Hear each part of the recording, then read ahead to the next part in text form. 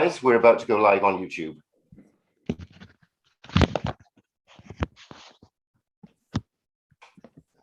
Noswaith pawb. Welcome everyone to Poems and Pints, Pilsnerpoesi at, well, I'm at Ferryside. It's at the Coracle Europe Festival. This is our festival special, and it's great to see so many familiar faces here. People who have been meeting together every 2 weeks for the last year, but gathered here together. And what I can tell you is beautiful Welsh sunshine. So if you can all mute, please. We're going to start the proceedings, and I think I'm going to go for a Poems and Pints Virgin to start the evening. So we're going to go to Morocco. I'd like to ask Noura to read something in French for us, please.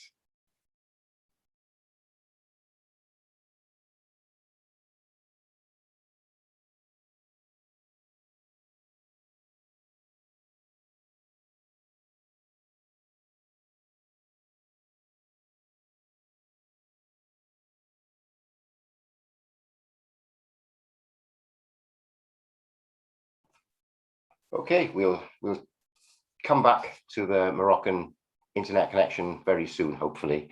But in the meantime, then let's go closer, where I'm sure the internet connection will be fine, and go a little bit west from here and ask Jackie if she'd like to entertain us on the microphone, please.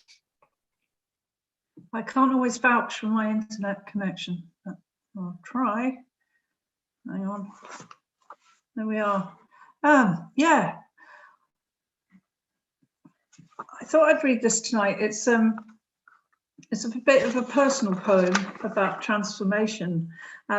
It's not in my latest book, but it does relate to quite a lot of the poems and stories in my latest collection, Before We Breathe, which I'll be reading a little from next time we meet. So I thought I'd read this tonight. It's there's a story thread running through the collection. There's several story threads running through the collection, but one of them is about transformation. And this poem is called Changes. When she emerged from the sea, she was overexposed. Just bloody skin stretched over flesh, quite furless. Everyone could see she didn't belong, but new fur soon covered her. She was quiet at first on land. Such a strange place to be. She was grey mouse, living in half dark. Slowly she became tortoise, learned to eat green things. She was slow, a bit dull. But when taunted, her shell was tough enough to take it, and she could hide inside if threatened. One day she became bored with hiding.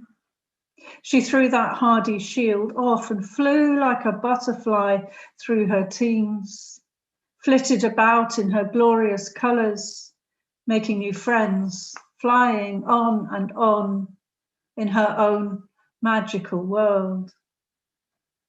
And later she settled. Transformation was painful, but she learned how to be a strong tree with proper roots deep into the earth, extending out, gathering food, adapting to seasons. But the wind changed direction and she longed to fly again.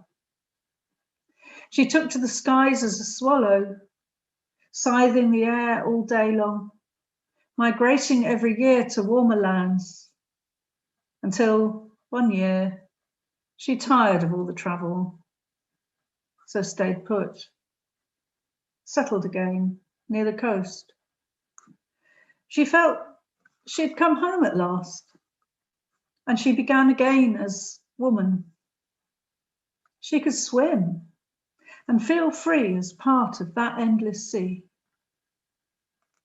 Now, there's just one more change to make. She really wants to find that pelt, the one she dropped on that other shore all those years before. Thank you.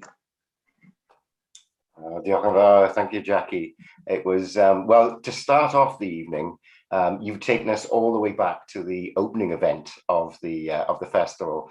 Of course, Deirdre did some storytelling for us on Friday evening, which was full of shape-shifting. And then again, we have shape-shifting as a metaphor in your poem. I think it is, I mean, it's more, as you say, the theme of transformation may also be one that is in your new collection.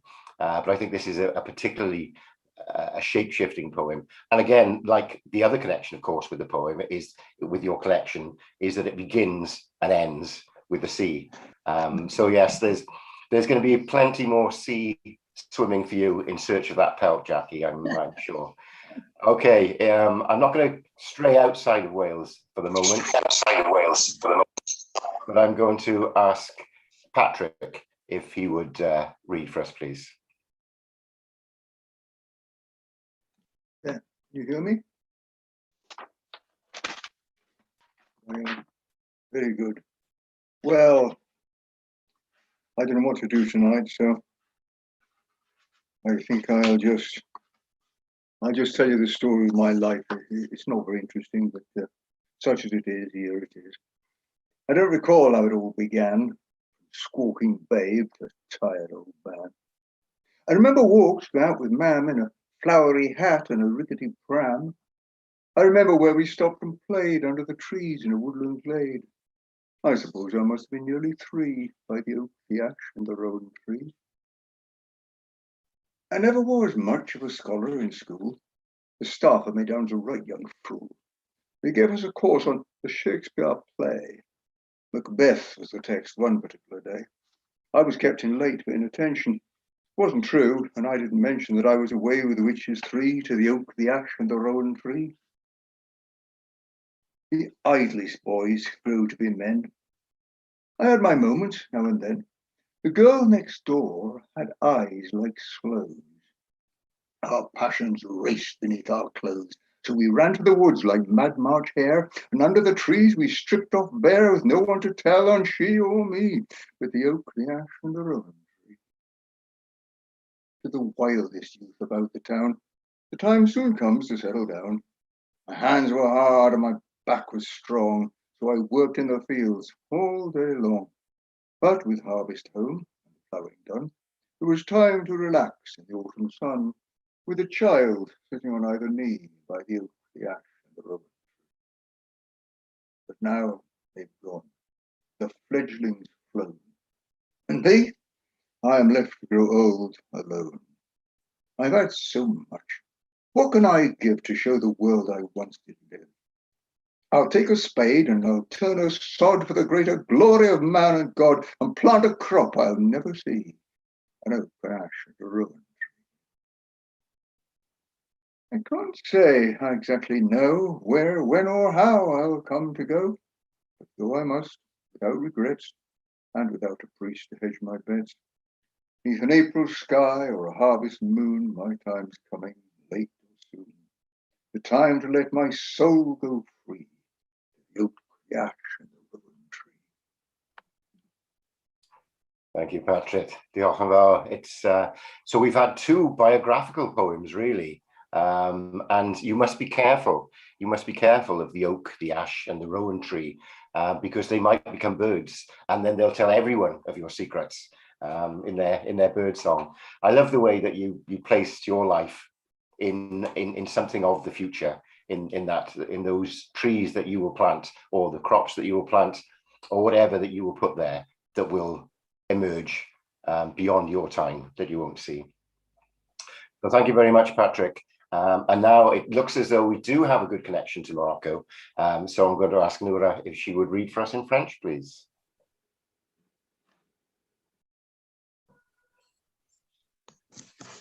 Hello, everybody.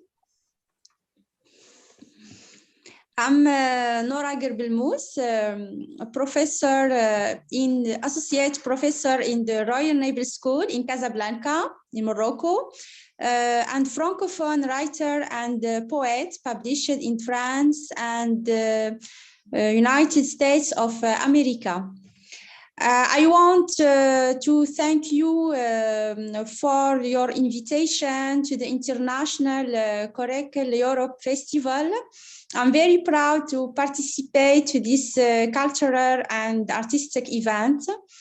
The title of my poem, wrote in French language, is Elle bat de l'aile. It means in English, she tries to fly.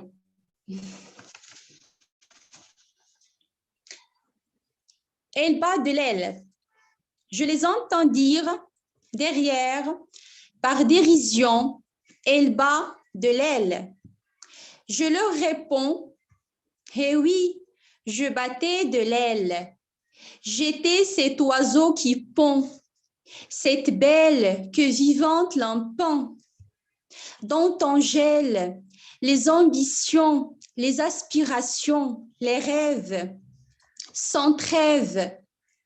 Je leur réponds, eh oui, je bats de l'aile. Mon aile, c'est ma plume que j'assume, qui égaye mes amertumes, que je consume et que j'assume. C'est ma voix qui perce les toits. C'est la présence, l'aisance, l'intelligence d'une slameuse sur scène où elle se sent reine.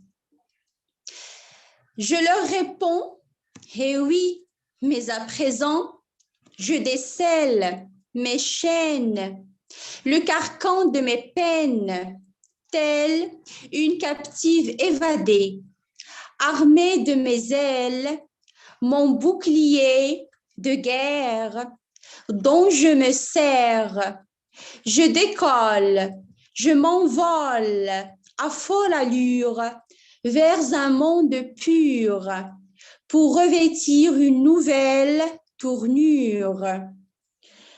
Rien qu'avec mes ailes, je leur réponds, eh oui, mais à présent, je suis à même de crier contre ceux qui riaient à mon nez.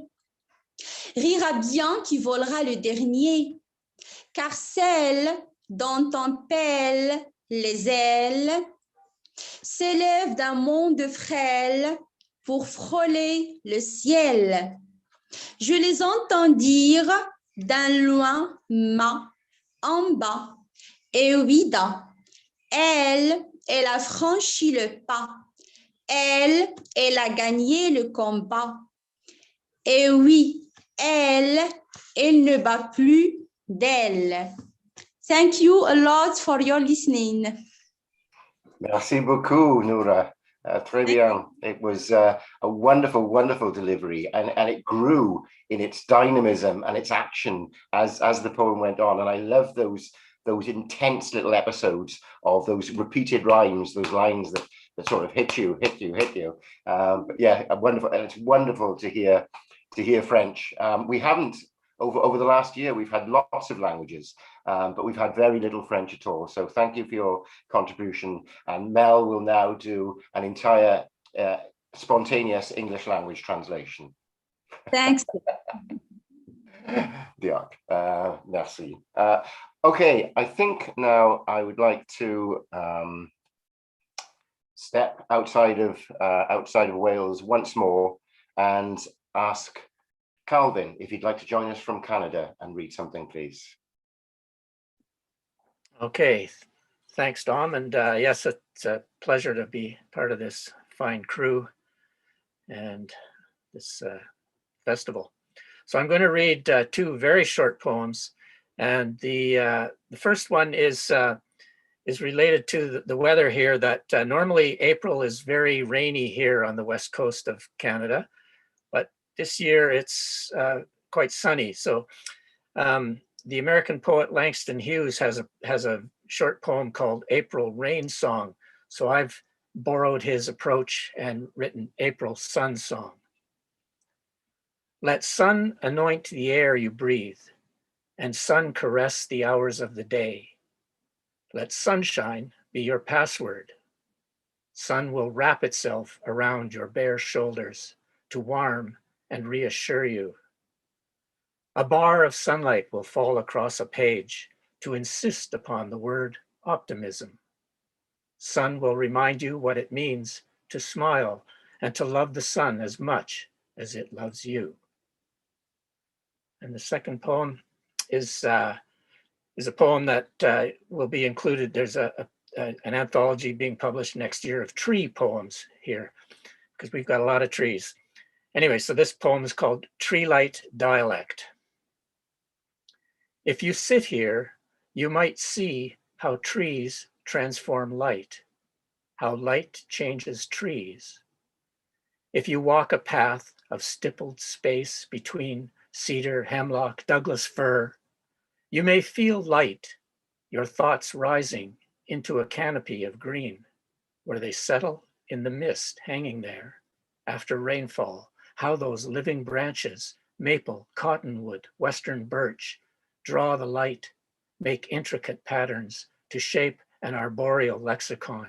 You might notice a kind of thirst and want to drink down every word of that language, all that brilliant dialect. Thank you. Thank you so much, Calvin.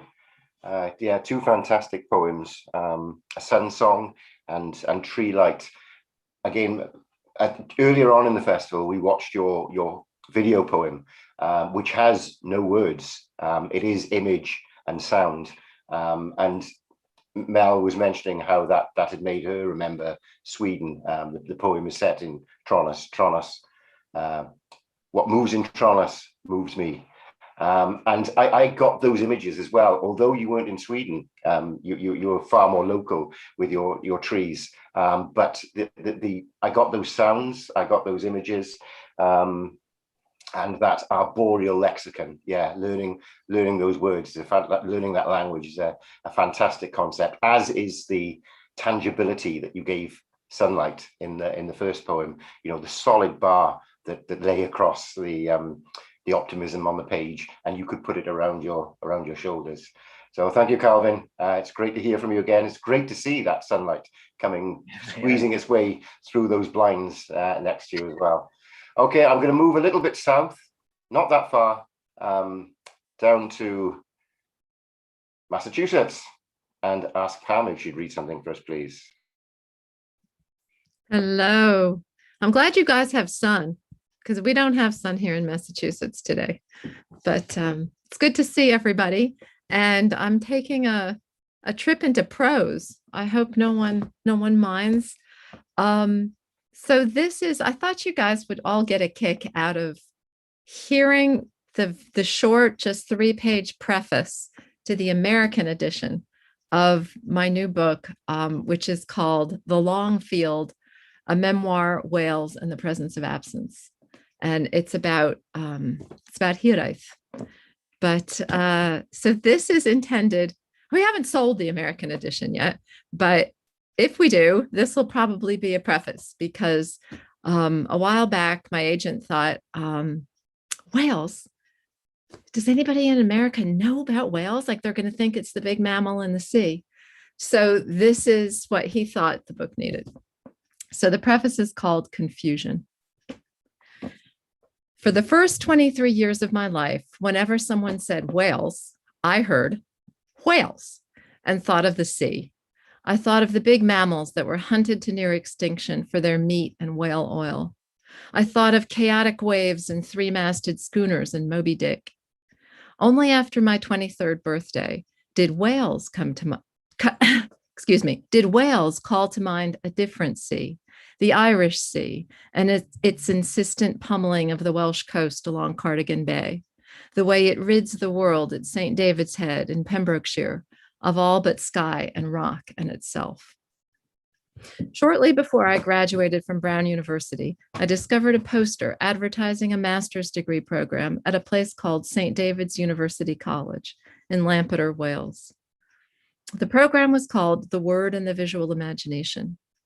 I was already in love with the way words and images work together to tell stories. And despite the look of the poster, a homemade flyer with uncertain lettering printed on sickly yellow paper, I vowed then and there to go to Wales. I applied and was accepted and deferred a year to make a bit of money before beginning my program, which would commence not long after my 23rd birthday. While I was excited about the subject, I was deeply incurious about the place. I don't remember doing a lick of research on Wales in the months that followed. I didn't read George Borrow's classic travel account, Wild Wales, devoured by my parents, and I later discovered some of my fellow students. I didn't even look Wales up in an encyclopedia. The master's degree program proved intriguing, deeply engaging, challenging, and fantastically learned in some respects, unprepared in others, mainly the visual side of the equation. It was taught entirely by the English department. Wales, though, Wales quickly became an absorbing riddle. Looking back, I was lucky I hadn't prepared in advance. Better to have an empty head than one filled with misconceptions. If I had read up on the place or asked around about it, I might have learned these things. Wales was the home of Merlin, a magical, mystical, mysterious Middle-earth prototype. It was also home to coal miners, rugby players, and singers in male voice choirs. No women appeared to live there at all. It boasted one great poet, Dylan Thomas, and one great actor, Richard Burton, and both were alcoholics. It was full of sheep. It was the part of the United Kingdom that no one went to, no one talked about, or recalled through nostalgic summer festivals, parades, or knitwear shops in America. Despite the tourist board's attempt to brand Wales with all those appealing M's, Americans visited England first, Scotland second, and, especially if they were of Irish ancestry, Ireland third. Then they flew back across the sea and returned home. But I hadn't encountered any of these supposed truths before I arrived. To me, Wales was simply that place west of England. I was aware that it was significantly smaller and at the time called the Principality, theoretically meaning it was governed by the Prince of Wales, which it was demonstrably not. Wales is now known simply as one of the 4 countries that make up the United Kingdom, along with Scotland, Northern Ireland, and England. And that was the extent of my knowledge. Once I arrived, I gradually picked up my own facts about the place. I learned that Merlin was a 12th century invention, but Arthur, his king in the old stories, most likely did live and breathe around the late 5th century and fought for the idea of Wales, which he would have understood as something very different than we imagine today. I learned that Wales really is full of sheep. I learned that it's home to almost as many poets as sheep, and many of them are women. I learned that not everyone is an alcoholic, though I quickly developed a taste for whiskey. I learned that the national experience of Wales and everything that created it, the heart, head, hands, and spirit of its people, is distilled into a word I unequivocally needed to learn to make sense of the world, not just of Wales, but of myself, and surprisingly, what it means to be American. That word is hiraeth, and it pulses at the heart of this book. You pronounce it hiraeth, emphasis on the first syllable.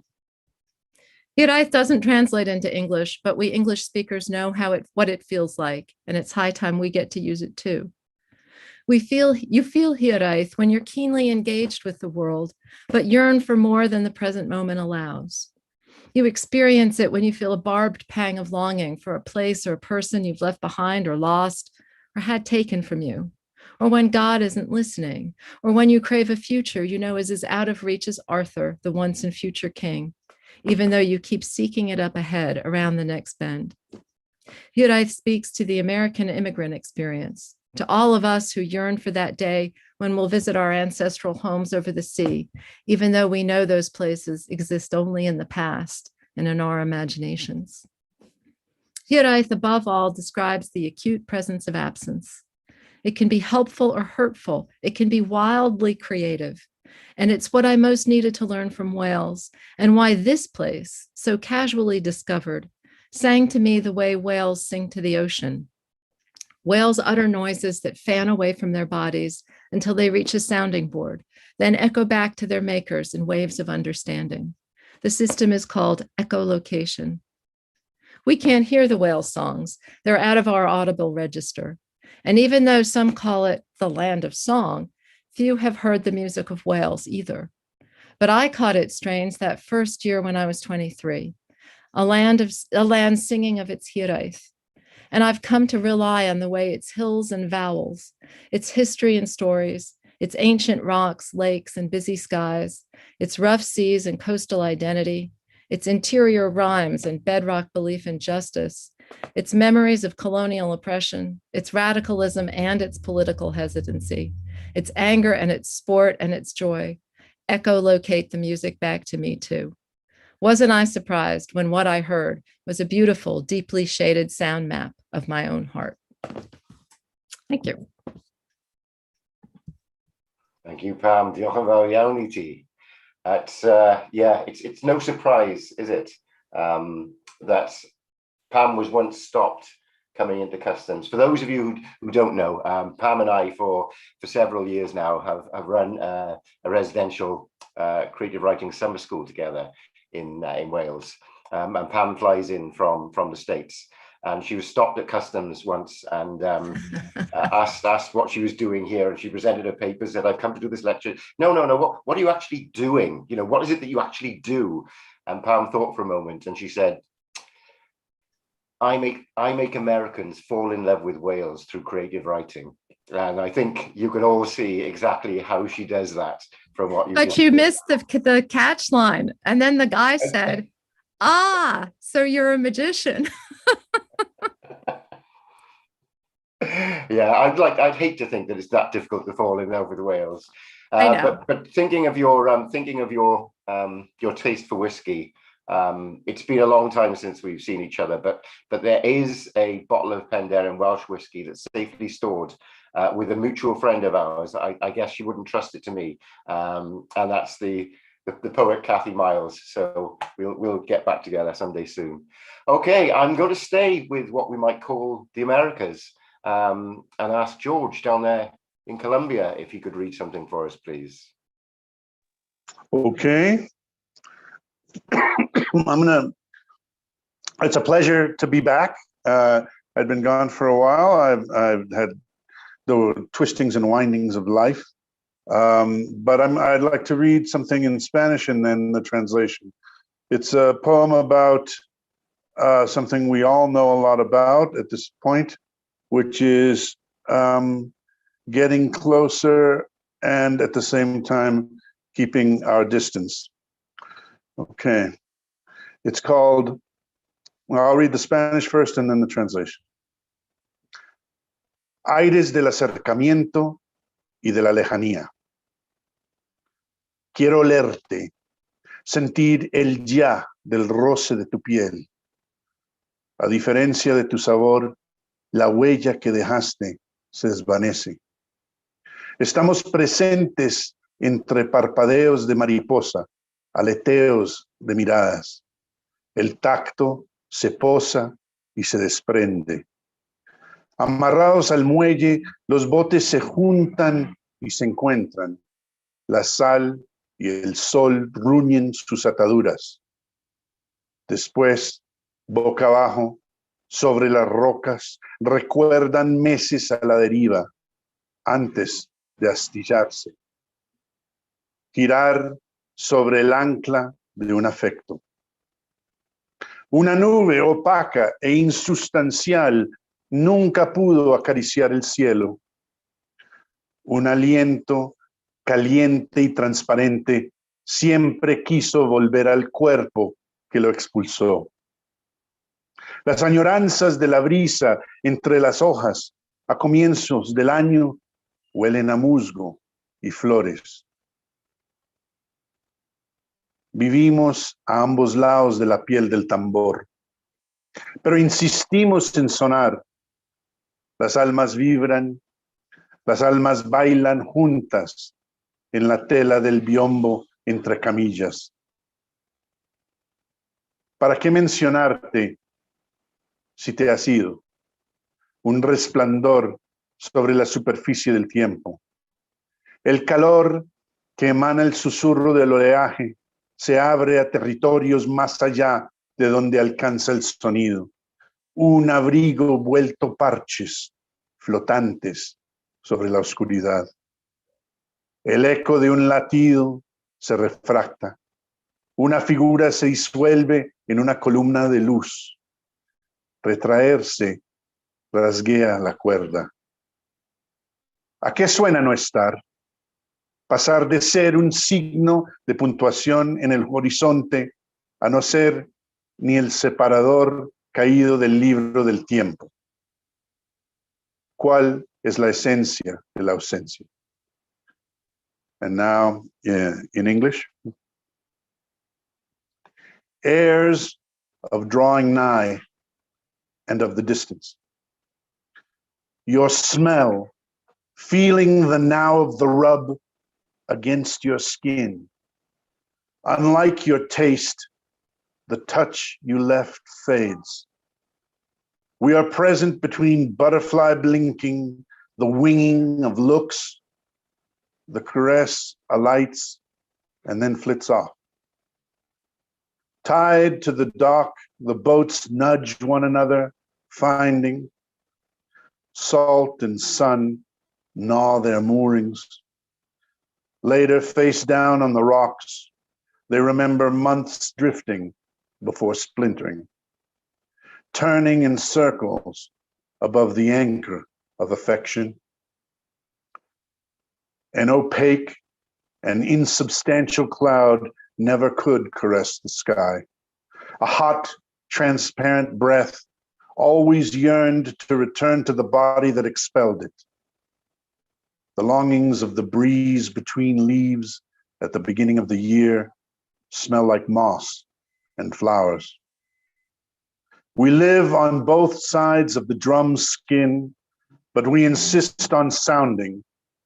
Souls vibrate, souls dance together in the cloth of the partitions between hospital cots. Why mention you if you've left? A brightness on the surface of time. The heat that emanates from the whispering waves opens on territories beyond the reach of sound. A coat become patches floating on the darkness. The echo of a simple beating refracts. A figure dissolves in a column of light. Retracting strums the string. What does not being sound like? To go from being a punctuation mark on the horizon to not being even the marker fallen out of the book of time. What is the absence of absence? Thank you. Wow, George, what a poem to follow Pam's introduction. I mean, the preface to her book could have been the introduction to your poem. With that absence of absence, the longing of the breath of the leaves, but also, you know, it made me think of Calvin's poem as well, and his sun song, and the idea of not a reflection, a light on the surface of time. That was, and then the dark patches on the sea. Wonderful images. Really sensual poem. And it's great, of course, to hear the Spanish. There isn't, many times when you hear something in its native language and then you hear it in English, there's a difference in the delivery. There is a George delivery. There is a unique George delivery that shines through the languages, that comes through in both your Spanish and your English. So it's great to have you back, George. We've missed you. And I hope that you can join us more regularly as we move forward. Okay, I'm going to come back to Wales now, only just down the road, Llanelli, or maybe she's home in Swansea by now. I'm going to ask Eleanor if she'd like to do a little something for us, please. Thank you, Dom. Yeah, and I'm home in Swansea in South Wales. It's just so lovely to be here with all of you, and just totally humbling to hear all the lovely words and the beautiful warm hearts from nearly all around the world. So thank you, Dom. This piece that I'm going to share with you came from a workshop that we did as part of the festival, led by Rufus Mufasa. And I mainly work with people to get them to tell their stories. I'm a storyteller. And a couple of years ago, I was lucky enough to take part in the residency at Cultivera in Toronto. So some of you familiar faces here tonight. And I'm always telling people that I work with to put yourselves into an uncomfortable position or place. So I thought, well, I need to kind of like walk the talk. So I'll share something with you tonight. Flow, let it flow. Looks like it might stick. The face of 10 bears, a cracked canyon of fear, story circles with no faces, maps with no borders, souls with no scars. Flow, let it flow. I put my shoulders back, head held high, and a warm heart swings in a tree. The birds are talking as the head and shoulders are busy being and creating. Flow, let it flow. I feel lighter, albeit my eyes are heavy with resilience, rage. Seeds of thought will bring us together again, and I mean really together, like a nasty rash that grows and grows. It takes over, sinks in, creates pain, discomfort, and then disappears. Flow, let it flow. The scent of new beginnings is near, so near. No, I'm not going to say so far. Flow, let it flow. Diolch yn fawr. Diolch yn fawr iawn.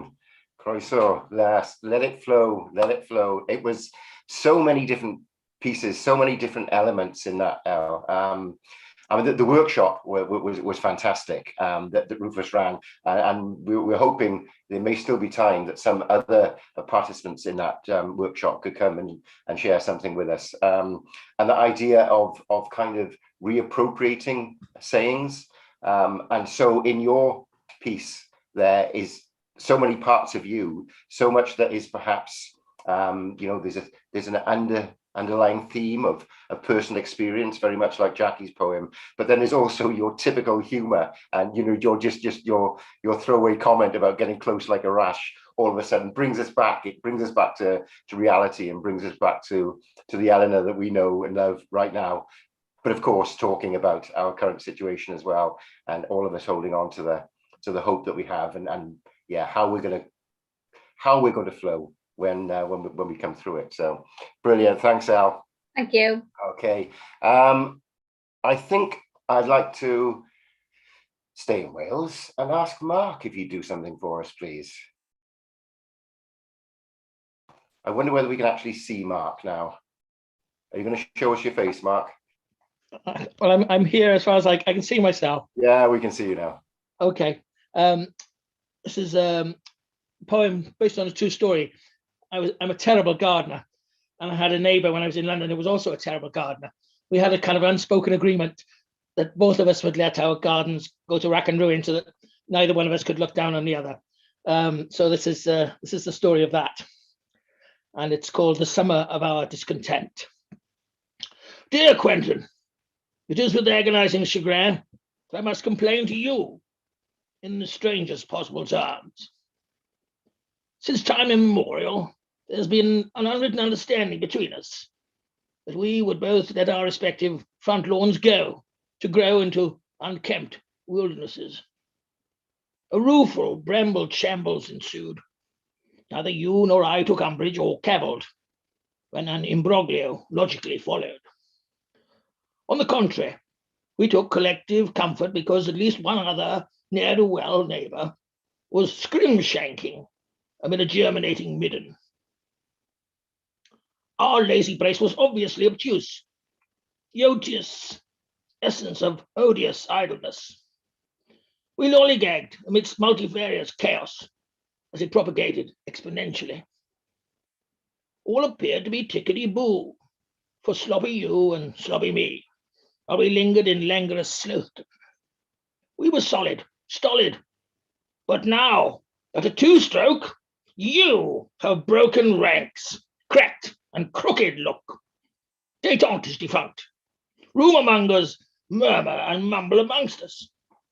They conspiratorially purport that under cover of darkness, the protean silhouette of a Machiavellian man hopped aboard his whirring mower, before reveling in revving with a visceral vengeance.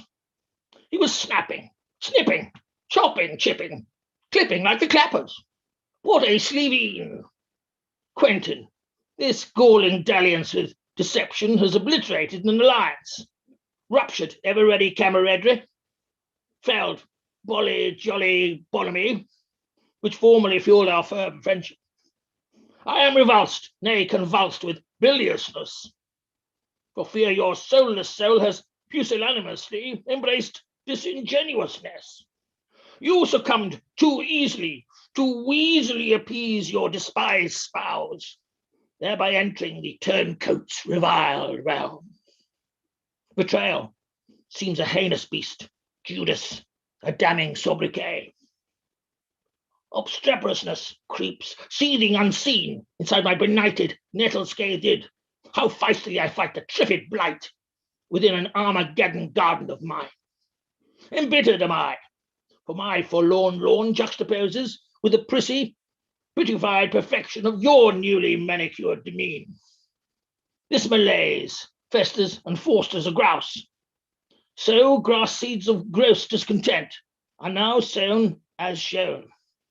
I resent that you have recently been seen strutting hubristically towards an ivy-garbed gate, a smug and repugnant braggart, garnering obsequious praise for your gardening extravaganza from genuflecting passers-by. I pan emetic ostentation and heap opprobrium not approbation upon these scattered cuttings, whilst lampooning embedded budding blooms.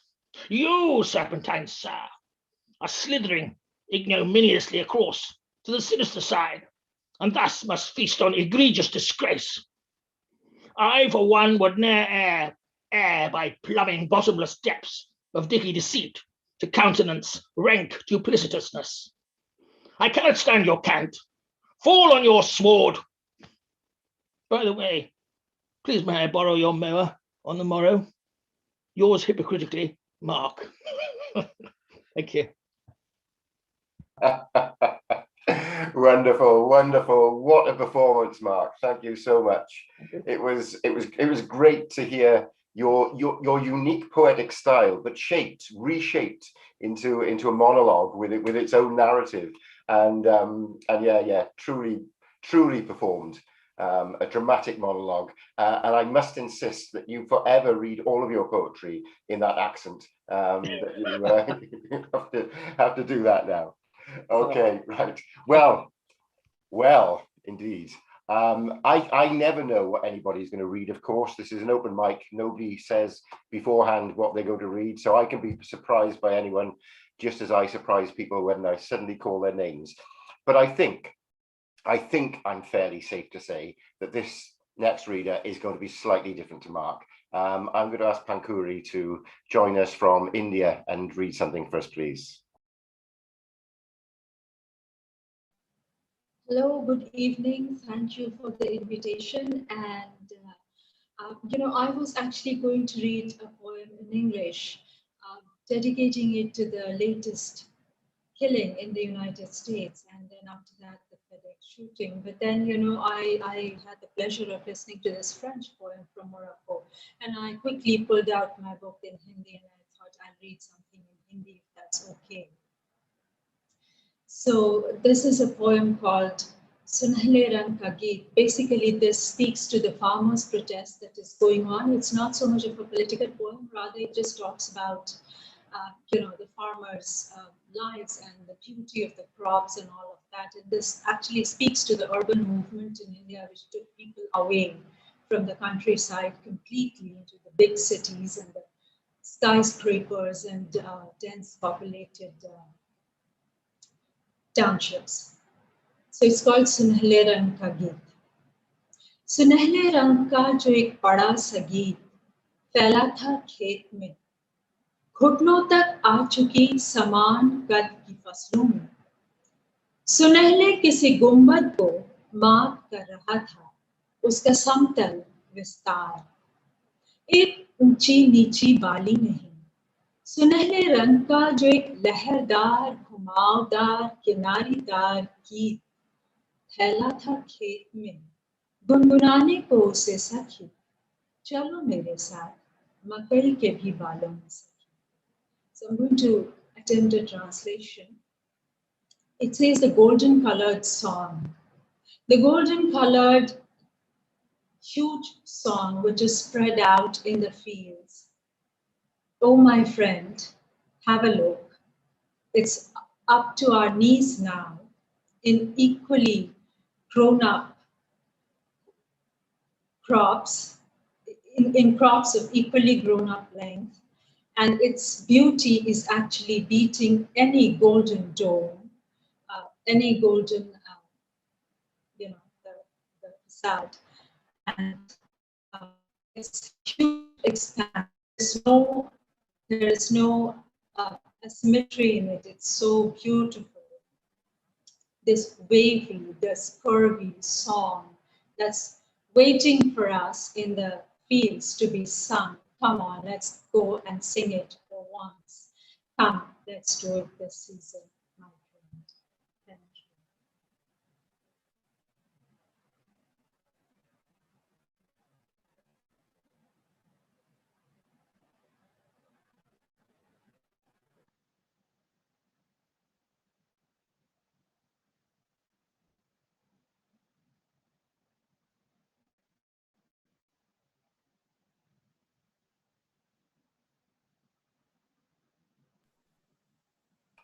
Pankuri, I think we've lost your sound.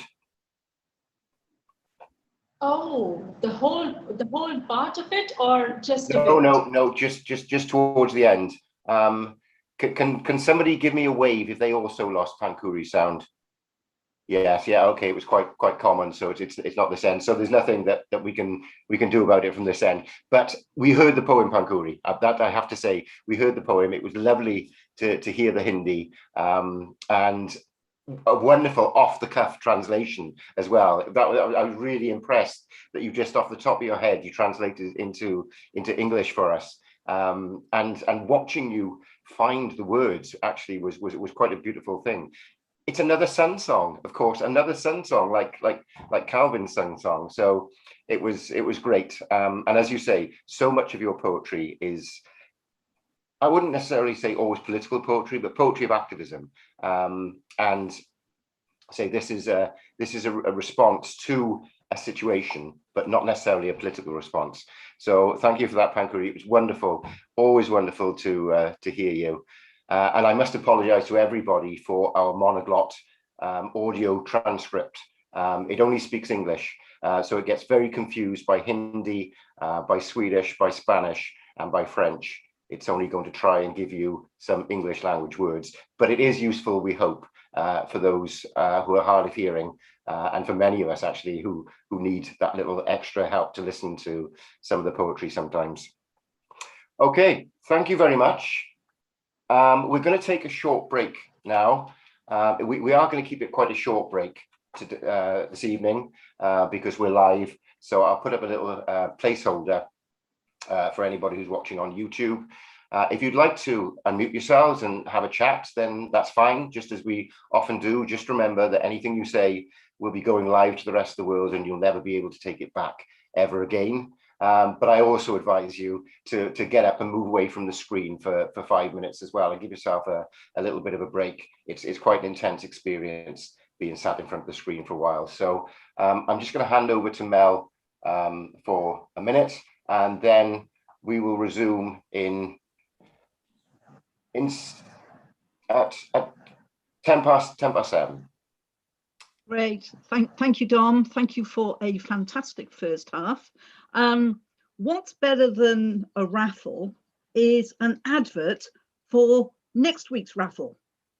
We're not having the raffle tonight because this is a festival special, and you know, people who are watching on YouTube, they really don't want to sit through the raffle being drawn. But you've had a taster tonight of some of the prizes that we will have in the raffle at our next session. There will be Jackie Biggs donating a copy of her book, Before We Breathe. And, you know, we're all very familiar with Jackie's style and look forward to winning a copy of her next book. Bengt is donating another print. That's because he won a raffle prize in the couple of weeks ago. Jane Manley is donating a copy of Coventry by Conan Jones. Ellie Torres is donating a Red Door magazine, and Patrick, who you've heard from this evening, with a little amuse-bouche from Patrick, he's donating a copy of his book Tales from the Farm. But you go away and enjoy your break, and see you back at the ranch shortly. Thank you, everybody. I have to leave now. Have a wonderful evening. Thank you, Dom and Mel. Bye, Eleanor. Bye, Eleanor. Bye. Nice to see you. Bye. Bye. And Mel, please. I've donated quite a few raffle prizes this year, and You finally have- I won one. That's not the reason why I donated another one. I know, my love. It's just, you know, it's because you're so generous. I know. On the top of your head, I know. Why we have this screen picture here? That's being broadcast on YouTube. Oh, So we will say, you know, we're on a break. We're back in a few minutes. all right. So step away from the screen, get yourself a drink. I did that already. Okay, or have a chat. Look, even Carla's left. But it's kind of weird having a chat when you don't see who you're talking to. Oh, right, yeah, because well, if you scroll up and down the pins on the right-hand side or across the top of your screen, you might find somebody to talk to. Huh. Except Steve has gone, Mark has gone to get himself a drink, Zanti is here, Meher. Okay, you mean I have a list of all the participants. Shall I click on some of them? Yeah, just you can do a call out. Anybody want to chat with Bengt? I'll talk to you, Mel. I like you.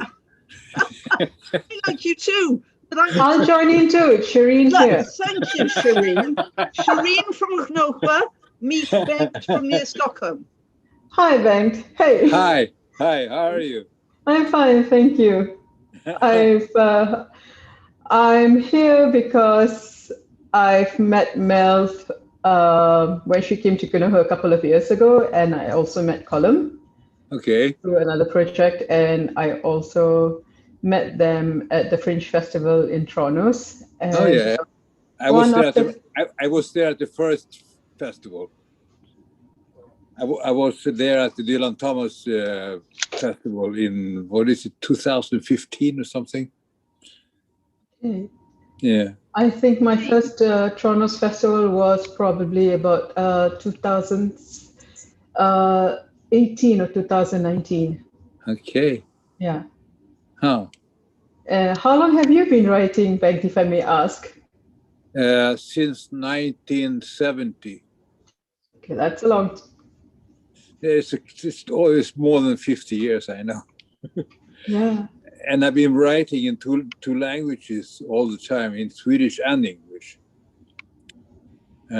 All because in 1970, I was in jail in Turkey and nobody spoke Swedish, so I started writing English. Yeah, I was there for 5 years. Must have been a lot of writing at that time, I presume. Yeah, I did write a lot of stuff, yeah, and some of it actually is published in 2 books in Swedish. Okay. Yeah, and I have written an autobiography in verse in Swedish, published in 2009, but it was translated into English. I translated it. It was published last year. It's called I Missed Woodstock. It was my 5th book published in English. How about you, Shireen? Unpublished. I'm here as an audience. Well, probably because, no, I'm not going to say probably. I've seen how Mel has worked with her project, Young Writers Lab. Okay. That's how I got to know her. And one thing after another, and I started coming for Pilsnerpoesi. Okay. Where do you live? Where do you live, Shireen? I live in Gnosjö. Gnosjö, that's Canada. No, Småland in Sweden. Oh, you're Swedish. Okay, like me. That's weird. Hi, Stephen. I am Bengt, you're right. Hello, Stephen. Yeah. Okay, I'm Hi, okay. Shireen, you're right. I think I've been writing since I was young, but I've never had a book published. So I feel an amateur to you guys. But watch this space, because I'm working hard with the Open University doing part of my degree. Okay. I'm actually, once that's over. What kind of degree is that, Stephen? It's at the moment it's an open degree, so I can study almost anything I want to. It's the only university, I think, in the world that does it. I think I'm right. I could be wrong, but I think that's the case. Okay. So at the moment, I'm doing creative writing. And, I'm enjoying it. It's pretty tough because but I am enjoying it, and it's given me the tools to do something with it, you know. But watch this space. After the degree's over, I am going out to write, and hopefully a book will be out next year at some point. Hopefully. I hope so. Yeah. I've got some stuff published in many magazines and stuff like that, but I haven't got my own book. But the first thing I've got to complete is I'm bringing out some postcards of haiku, and they're all to do with the National Botanic Gardens of Wales, where I was born and brought up. So those are coming out. Those will be coming out this year sometime. Yeah. I live close to the Jardim Botanico, the botanical garden in Rio de Janeiro for years. That's a beautiful place, actually. Yeah. I bet. I mean, when you come over to Wales next, Bengt, we'll show you the botanical gardens. I'd love to. Yes. Yeah. We in the botanical gardens, it's got a glass house there. It's the largest single spanned glass house in the world. Not single spanned. So it's not joined on to anything.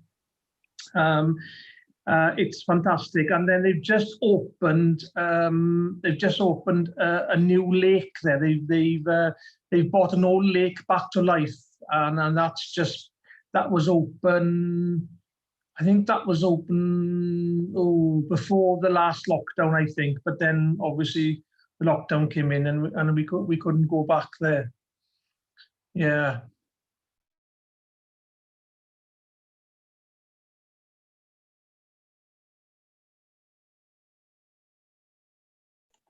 You're on mute, Dominic. Thank you, Mel. Thank you. Yes, hopefully we'll all be moving around, not just to the Botanic Gardens and other places, but internationally soon as the lockdown comes to an end. Okay, we're going to move into the second part now, and I have some names here. I'm going to run through the 7 names that I have to read in the second half, and if there's anybody who wants to read and who I've missed off, then please unmute yourself and let me know. And similarly, I suppose, if there's anybody who I'm considering is going to read and they didn't wish to, then they should also let me know. But I have on the list now Bengt, Xanthi, Melitza, Colm, Steve Wexford, Magnus, and Meher. Does that sound right to everybody? And if that is the case, then I'd like to start with Bengt over there in Sweden. Okay, thank you, Dominic. For those of you who don't know me, I'm a Swedish poet, writing poetry for about more than 50 years. I write in English and Swedish for 50 years. I rarely read my stuff in Swedish here, so I read in English. Last time on Poems and Pints, I started with a sequence of the first part of a poetry section called and this is the second part. It's starting with never mind. Goes like this. Lost in winter's white pendulum, with a ticking rabbit moon rolling in frosty grass, Ferdinand faces gray skies and dereliction. Strokes of violin blue on a yielding canvas, at midnight dark still ticking, rounds close to another meeting. Strands of raw umbra coiled around his chaotic heart. Sienna burning at midnight bright, shapes of white bird dancing in dark feathered chains, dissolves in French turpentine. A pain's mist wraps him wild in winter sky, fading, throbbing with gray lights, beckoning to wolves and old men. The obnoxious undead walking clearly have an agenda, the size of a title score of 1, in absolute presence, roll beneath wintry trapeze. Faces hidden from any going, star eclipsed and wishful, speak into a new would-be void, leaving well beat to the wind. Wet shirts swing on her cloth line like sails.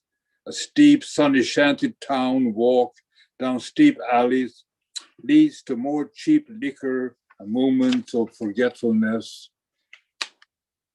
Ignore me, you fool, with dark reasons to shine. Ignore me and the elegance will drop ungracefully and die. I am the unbroken voice, the awesome in a new day, perception collapsing in bursts busted, mirrors gone astray. Understanding is washed out. Stretching and twisting beneath the skyline, Ferdinand is not far behind. The one hand drawing lines of eternity, invisibility develops in shades and shapes of light. The charcoal calls for your attention at the end of any day, with details that move continuously toward a never-ending completion. Black eyes will formulate motion in an ordinary universe, with tall orders of servants that melt into the grade. Derelict days of wonder will reappear on rough paper. Suddenly a present whim leads the hand astray. Terrestrial shortcomings can be the falling ocean wind on a cold winter day, with polar bears leaving the flow, staring down fading dominion. Proud is he, destined for the pounding of storms. Winter fallout sizes old memories, where old men walk from cove to endless night with no thought of taking cover. The grand conch shell whispers of salt, drapes of oily illusion beckon in a dark wave's motion, where fear goes deep. The salmon glides gently from Sargasso Sea to a river running watery wild with rapids exploited by men. I am the father of all I can see, of the land that surrounds me, of all I can be. I am the father with a golden eye, fathoming the entire sky before it's time to fly. I am the father of all free seed, of sad men that bleed in the face of greed. I am the father, or rather, I am the fool that believes presence is cool, that the mind is a proper tool. Stable, steaming, a rosy newborn baby cries in the early hour of dark, with islands born in the cold sea. Piano keys, like stepping stones, lead into a different visions, curves into a soft adagio, hums. Mothers reflect the mirrors of packed hay, heavy-breasted, belonging, said Fernando. I am the invisible man, never talking about angels or romantic infatuation. I do not claim to be anyone than he who was elected into likelihood. Fuck Hippocrates that suckle rocks of phony vision. The unreal will turn daily tales into yellow chickens, relying on crooked straw to find their eggs. Dream on, you vulture, that feeds on echoes of the undead. Congregate and dance with your silly smiles, and die, just die, never knowing the name, your rotting shame. The charcoal finds new places, rises and falls with dark pigments on our resilient paper's protest. It is continuance. What can he, the observer, do? He's active, interferes when voices fail. He makes a response that ordinary days reject. The colors seem just right. The feeling when they left the brush was perfect, just enough resistance, just enough molding capacity to perform the intention. Light he created, an air, shapes folded into images of want and here is a swirling maelstrom, a sudden universe of expression. Thank you. Tack så mycket. Tack. Thank you, Bengt. It's very different styles between you and Mark Linden, of course. You have a wonderful command of English, creative English, but of course your delivery has that very very Swedish accent, which is something that makes it wonderful to listen to. What I was suggesting, that the similarities between you and Mark was both of you taking your unique poetic style and taking it to a narrative, which is what you've done with Ferdinand. And I can't think of anything else better to say other than the words of Belinda Subramon. We were talking earlier on about the review that Belinda has done of your first English language poetry book. And I love these words. Belinda says of your poetry that she was amazed with the deft flow and rhythm and meaning. Benkt's words convey the awesomeness of seeing many perspectives at once. And I think that's what you do with Ferdinand. A knowledge that this life is all we have to dance with, so create new steps. This dance is the mystical code of syllables and breath. He makes the words bend, turn, and twirl and transform. He creates a sort of magical, energetic realism.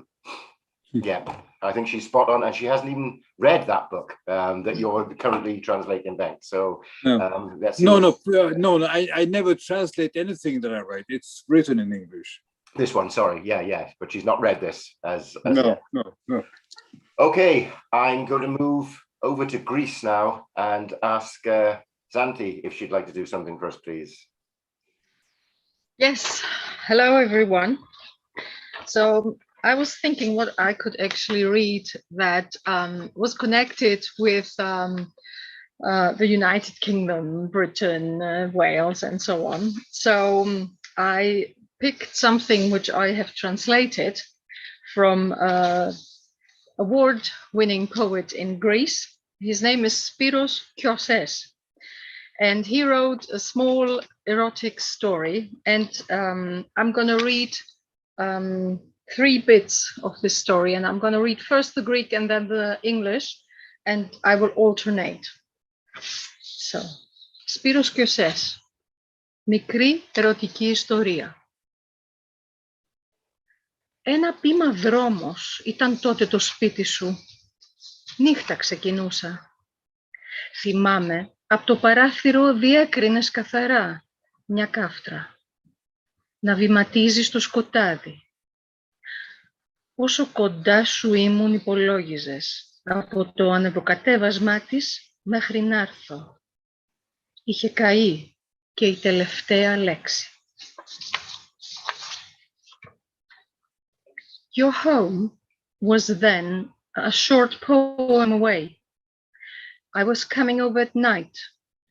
I remember that from your window you could clearly see my cigarette burning.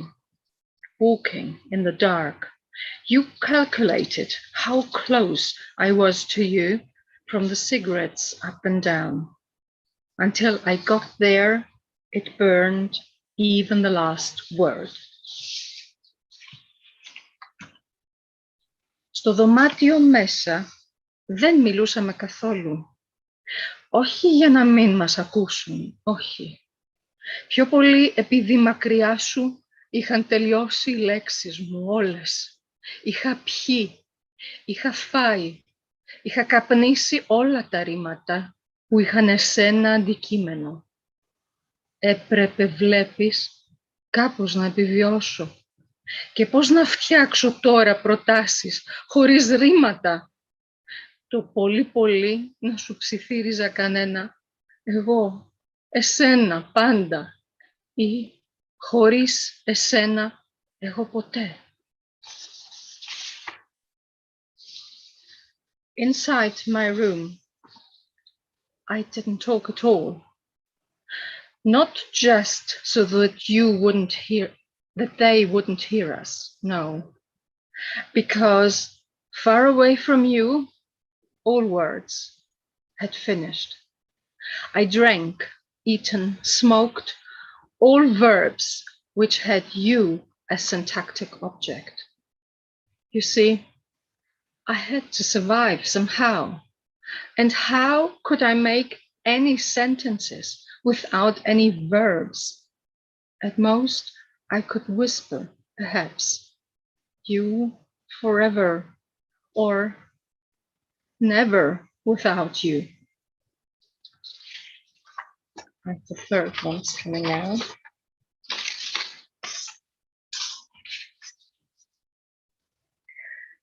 Ένα βράδυ, στο καθιερωμένο βραδινό τηλέφωνο στη μάνα μου, για τα νέα της ημέρας, σπούδαζα στην Αγγλία τότε. Κατέβαινα 2 ορόφους. Είχε στο διάδρομο του ισόγειου ένα τηλέφωνο της British Telecom με τηλεκάρτα. Κάποιοι άλλοι ήταν εκεί. Τις πιο πολλές φορές περίμεναν μετά από μένα. Κατά τις 8 έπαιρνα, 2 ώρες διαφορά από την Ελλάδα. Φανταζόμουν τη μάνα μου με τη νυχτικιά της να ετοιμάζεται για τον ύπνο. Από ελεύθερη την έχω, αθάνατο ρούχο, έλεγε. Μαθαίνω ότι αραβωνιάστηκες. Και τι με νοιάζει ρε μάνα, χτυπάω με δύναμη το ακουστικό στη βάση. Οι άλλοι με κοιτούσαν απορριμμένοι με τα μεγάλα γαλάζια μάτια τους. Την πίκρανα, την έρμη, τη μάνα μου. Δεν θα κοιμόταν το βράδυ. Μετάνιωσα αμέσως. Αλλά τι να το κάνεις. Έπινα ήδη το 3ο pint βαρελίσια μπύρα στο The Bear Inn. Τι χαζός που είμαι ώρες. Τι πικραίνω τη μάνα μου. Να γίνομαι ρεζίλη σε ξένες εθνικότητες. Να με ενοχλεί που ραβωνιάστηκες. Τόσα χρόνια μετά. Τόσες χώρες. Τόσες γλώσσες. Τόσα ταξίδια. Τόσες θάλασσες. Τόσα κορμιά. Τόσα βήματα απόσταση. One night, I was studying in England then. I had to go down 2 floors where the card phone of the British Telecom in the lobby of the building was, for my daily phone call to my mum to exchange news of the day. Other people were there as well. They were waiting after me. I used to call it 8. We had 2 hours difference with Greece. At that time, I was imagining my mom and her nightie getting ready for bed. From my youth I have that, she would say, indestructible clothing. And then I hear that you got engaged. And why do I care, mother? I hang up on her with force. The others were looking at me with their big blue eyes. I made my mom sad. She wouldn't sleep that night. I regretted that immediately. But what the heck? I was already drinking my 3rd beer in the Bear Inn. How stupid am I sometimes to make my mother sad? How stupid to embarrass myself in front of other nationalities? To be angry that you got engaged? How many years later? How many countries apart?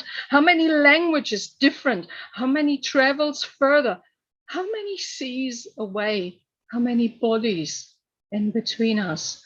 How many poems in the distance? Thank you. I think Thank you so that much. deserves a whiskey. Wait, let me see. Here we go. Here's some good Welsh whiskey. Thank you. I'll have to drink it for you, of course, but I will do that. Thank you so much. I can't understand the Greek, of course, but I would certainly say that your translation as an English piece is certainly was high quality. So I'm assuming that the translation was also, and a really accomplished delivery also, not just the translation, but an accomplished delivery both in Greek and in English. You gave it the emotion in English, but isn't it strange how much easier it is to give that emotion in your mother tongue than it is because your mind is speaking the English, and whereas your body is speaking the Greek. So thank you so much for those. Okay, I'd like to go on a long international journey now and ask an Irishman to read to us, an Irishman from Barcelona by way of Sweden. Colin, would you like to read something for us, please? I hadn't planned on reading anything, but I can do that.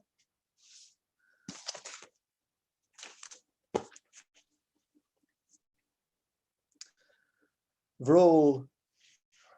But if you're going for a walk, why do it alone? Why not share it with a cow? If you do it right, you might even get a friendly face licking. What more could you want? Go up to a cow, grab her by her ears, and let rip into her face with the most bitching banshee guttural vloll your bloodying lungs can push through your throat, with eyes popping to tears, to tippy toes as your muscles tense up and hair falls across your face. Release. Cow scheming can relieve stress. Add excitement to a boring country walk. Bring relief to muscular tensions. Stimulate blood circulation. Cure loneliness, an athlete's foot. Gallstones, obnoxious tensions. Baldness, menstrual bleeding intentions. Training before cow screaming can help to avoid unexpected stampeding, cow kicking and headbutting, heart attacks, blood clots, or strokes. Talk to your doctor first. Note there is research that suggests evidence that the recipient might not appreciate cow screaming as much as you. But this has not been confirmed. Perfect. Well, there we are, the second off-the-cuff performance this evening. Sorry, I didn't mean to put you on the spot or put you on the sofa. But yeah, there you did it. You delivered it with great ease, with grace, with great aplomb. It's an old favourite of mine, as you know. I'm sure that humour resonates with so many of us. It's such a favourite of mine that also, as you know, I have a performance piece that I've developed. It's a set piece that includes me reading your poem because I love Vroll and I use it myself. So thanks for that, Colin. And now we're going to move south again and go to Meher in India and ask her if she could read something for us, please.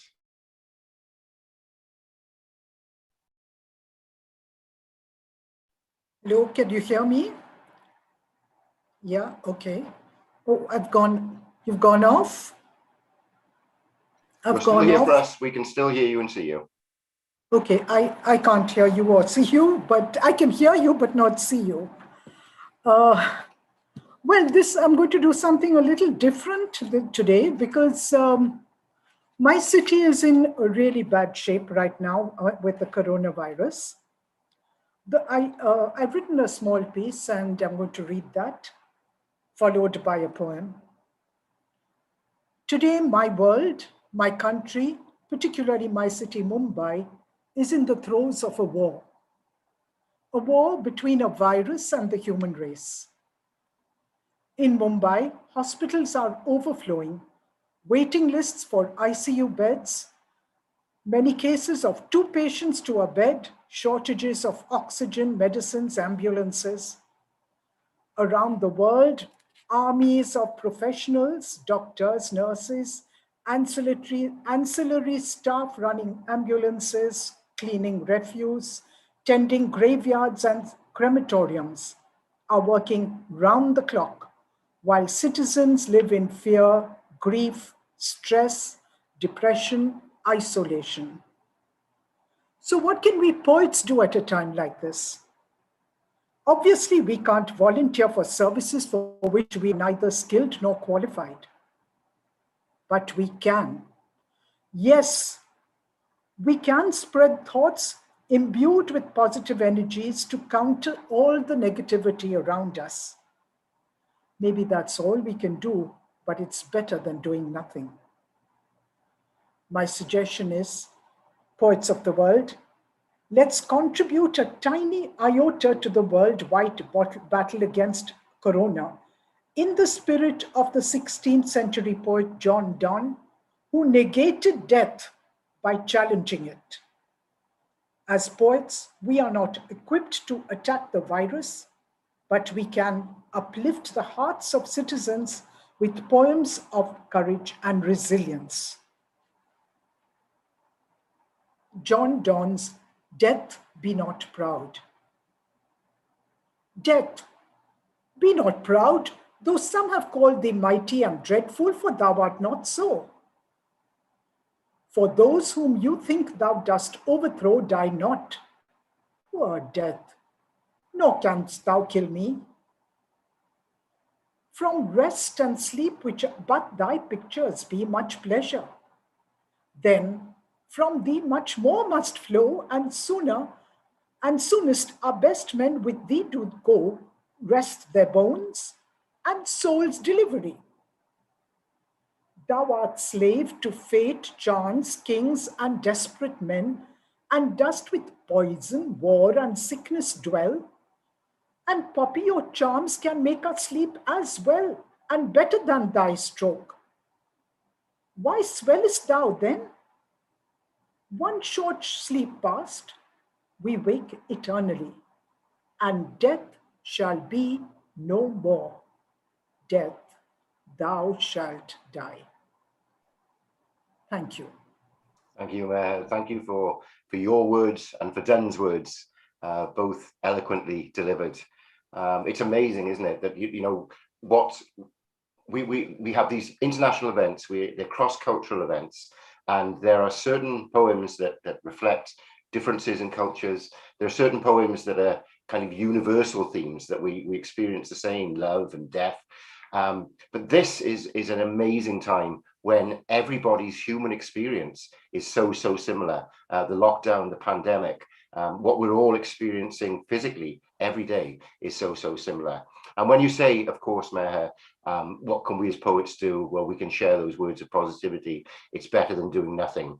Of course, it's so much more than just not doing nothing. It's absolutely vital and critical to so many people. So many people within this community, so many people in other communities. The next reader I'm going to ask to address the microphone now actually read a piece for us a couple of weeks ago, and I asked him for a bio. So he gave me a short biography, and in it he spoke about his journey from America to Ireland and to being in isolation almost ever since he's arrived in Ireland, and of this type of event. He spoke about how wonderful it is, and I love this line, to be writing poetry not under a deadline, but as a lifeline. Those are the words of Steve Weniker, Wexford Steve, as I like to call him. So I'd like him to unmute and read something for us now, please. Thank you, Dom. I'm going to read part 2 of my poem called Sergeant Saunders. And you may not have heard the first half of the poem, but you may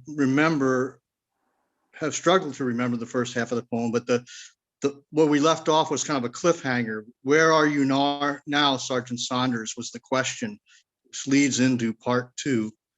Okay, so I'm going to read this now. How to act in the middle of a war in 1944, while millions of kids are watching and everything still has to be real. Now, how I recall the story is not necessarily how it was. I will tell you what I remember anyway, So here goes. Once upon a time, there was a guest star on Combat who was playing a brat. Every kid watching knew at least one. A young green soldier who'd never fired his gun. He refused to do it, and he also managed to get separated from his unit. He wasn't the first or the last.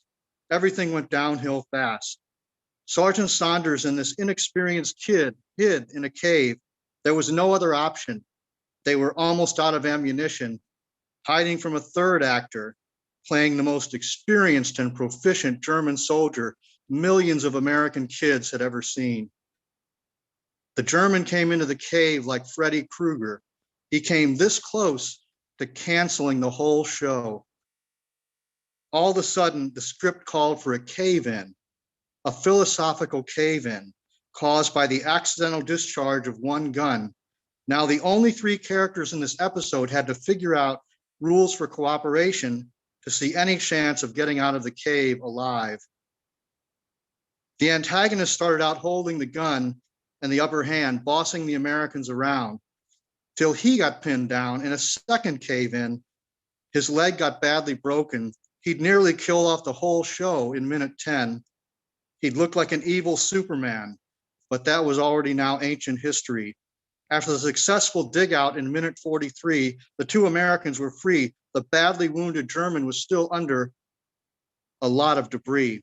The bratty kid said, "Why not leave the German in the cave for dead?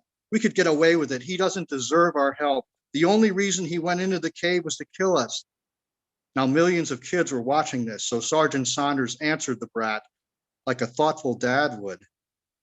He made sure he was understood. Saving him also saves us. We are not going to commit a cold-blooded murder. We can't lose any more of the humanity we had before this war, or what will we be after? The writers knew the real reason here why the brat wanted to leave the other man in the cave. It was fear. And Sergeant Saunders knew it, and about every kid knew it who was watching. The brat had become afraid. He was still afraid. He was going to stay afraid. And that was best unsaid, just confronted instead. Fear is the real killer in us. Ours is to reason why. Courage is our real defense, empathy our only hope. The writers put all that in the story, with feeling, without words. The cave episode spun a yarn that was real gold. I was 8 years old. Goodness, to me, it was literature. How to play a soldier and be a social influencer in 1964. Sergeant Saunders was true. He saw Jesus like I used to, as a good Samaritan, just the way I saw the Son of Man back when I was an American and still had some of that religion. I went on patrol as a child at play in a suburb of St. Louis, Missouri, following the orders of Lieutenant Hanley, going to some woods that weren't so wild except in my fertile moral imagination. I always had company, my dad, Doc, Kirby, Cage, and Little John. Then I got older, things changed, life went on, or didn't. My childhood hero became the real Roland, the headless Thompson gunner. Talking about the men, sir, two of them, both Sergeant Saunders and the man who played him, from various villages in France, all the way to a lonely jungle in Southeast Asia. Or was it California, where their entwined lives got cut unexpectedly short by the spinning blade of a crashing helicopter? Got it like so many Private Ryans on the beaches of Omaha and Coracle. Sergeant Saunders and Vic Morrow, what did they each die for?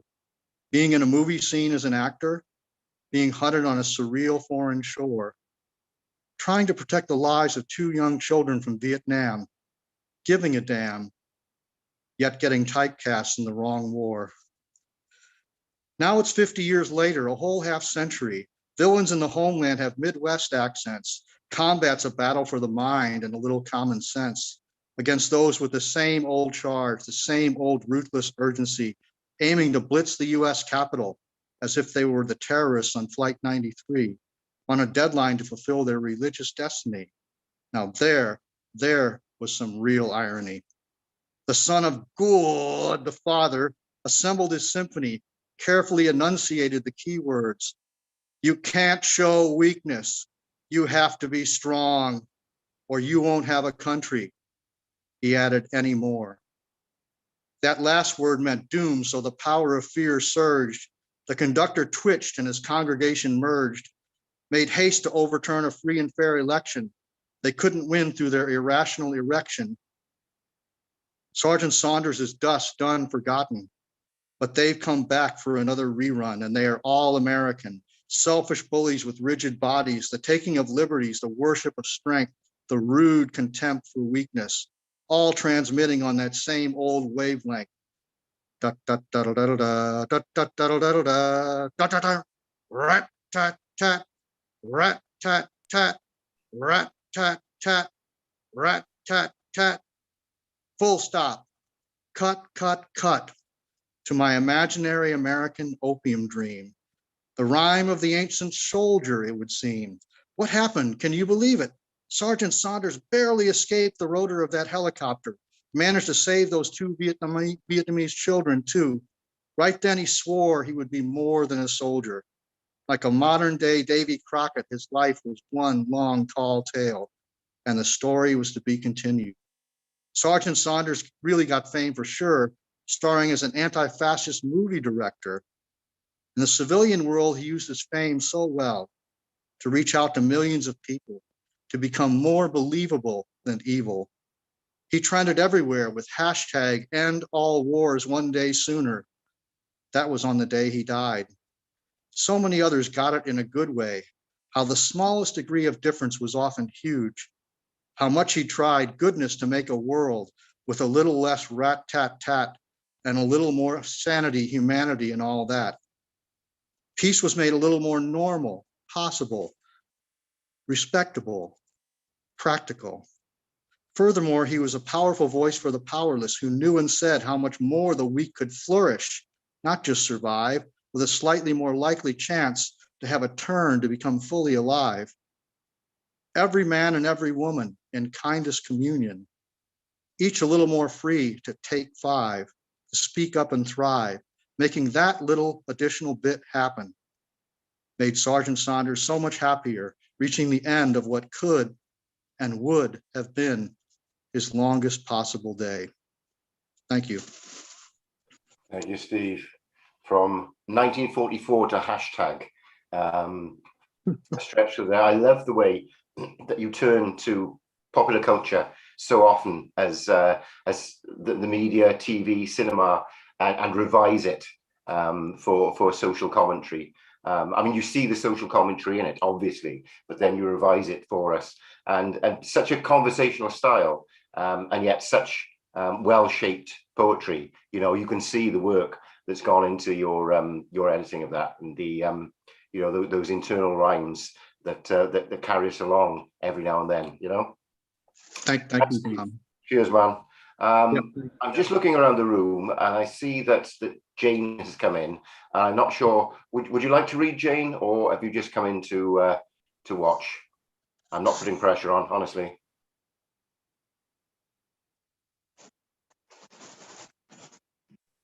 No, I'm just listening tonight. Thank you. Cheers, Jane. That's great. Then I'm going to ask Magnus the same question, but I think Magnus will be reading. Yes, I will reading. Thank you. One poem in English and one in Swedish. The same one. This is called Vinyl Cover Sensation. One more time. Vinyl Cover Sensation. Record Store Day 2020. Joy Division. Closer 1980. Nose in the sleeve. Cold War. Angst. Heart and soul. Colonizing young minds. Change that music, it makes me nervous, my mom says. Dark room, candlelights, sense of devotion. Ian Curtis dead by his own hand.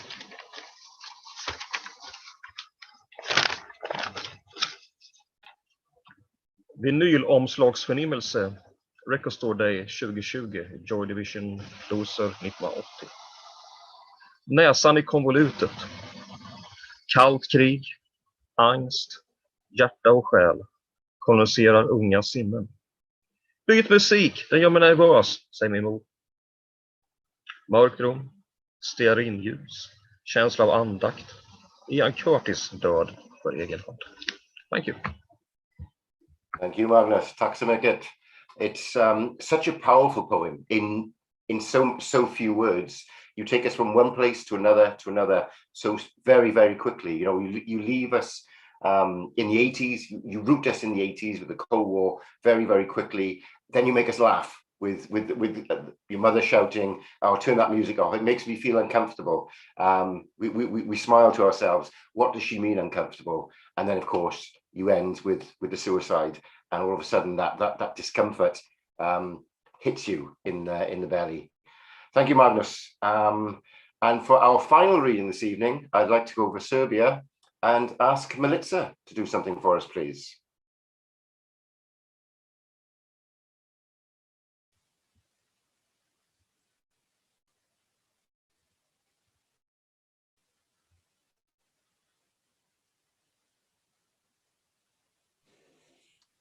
She needs to unmute.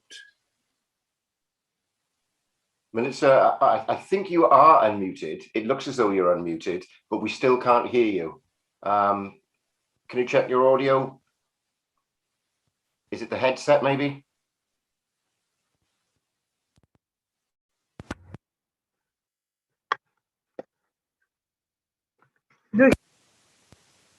Yeah, I could hear you unplugging and plugging the headset in again, and then very briefly I heard your voice. Yeah, we got you now. Good.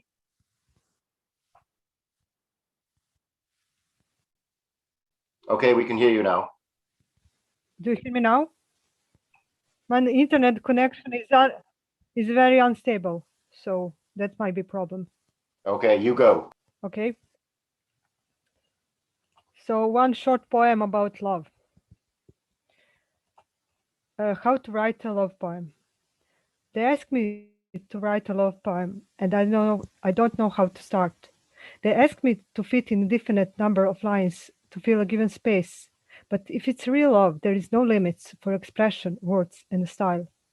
But if there is none, you can fit in the shortest haiku, where blank space would be louder than the words. I don't want to talk about love, because if I'm too loud, maybe I wouldn't hear it sneaking around me and making fool of me every time.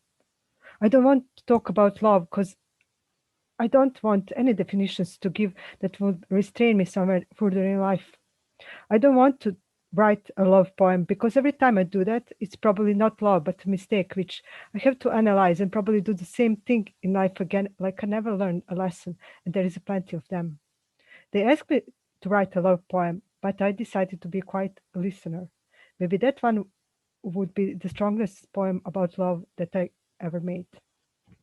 Thank you. Thank you. Thank you. Excellent advice. Excellent advice on writing a love poem, or upon not writing a love poem. I love the idea of it would have to be a haiku or even empty space. That was brilliant. And I'm sure, I don't know, there are many eminent poets in the room. There is advice from some famous poet that you should never, ever, ever use the word love in a poem. So I'm just throwing that out there. I can remember that quote, but I can't remember who it's from. Can anybody unmute and tell me? No. Okay. In that case, then we must all just follow Milica's advice when it comes to writing love poems. So thank you for that. Yeah, it did make me think of Xanthi, actually, and the number of poems that there are between us when she was talking about her lovers and that lost love. So yeah, that was a wonderful way to finish this evening. Thank you all for your contributions this evening. It's been quite a small gathering, actually, unusually, but it was very, very diverse and high quality as ever. So that's the end of Poems and Pints, Pilsnerpoesi for this evening. That's the end of the Coracle Europe Festival for 2021. But we will be back. Poems and Pints will be back in 2 weeks. We will all be gathering again. Hopefully some of you who come here for the first time may be tempted back by the raffle prizes that you've heard advertised. It's a regular event. It takes place every 2 weeks. And the Coracle Europe Festival is also a regular annual event. So we will be back again with that in 2022. So this is the closing event. I'd like to say, yeah, once more, thank you again to the festival team, to Mel Perry and Steve Trahan, and for everybody who's contributed to the programme, and for everybody who's joined us here this evening. So diolch yn fawr iawn I ti pawb. Nos da. Thank you, Dom. Thank you, Dominic. Thanks so much. Thank you, Dominic. Thank you, Mel, as well.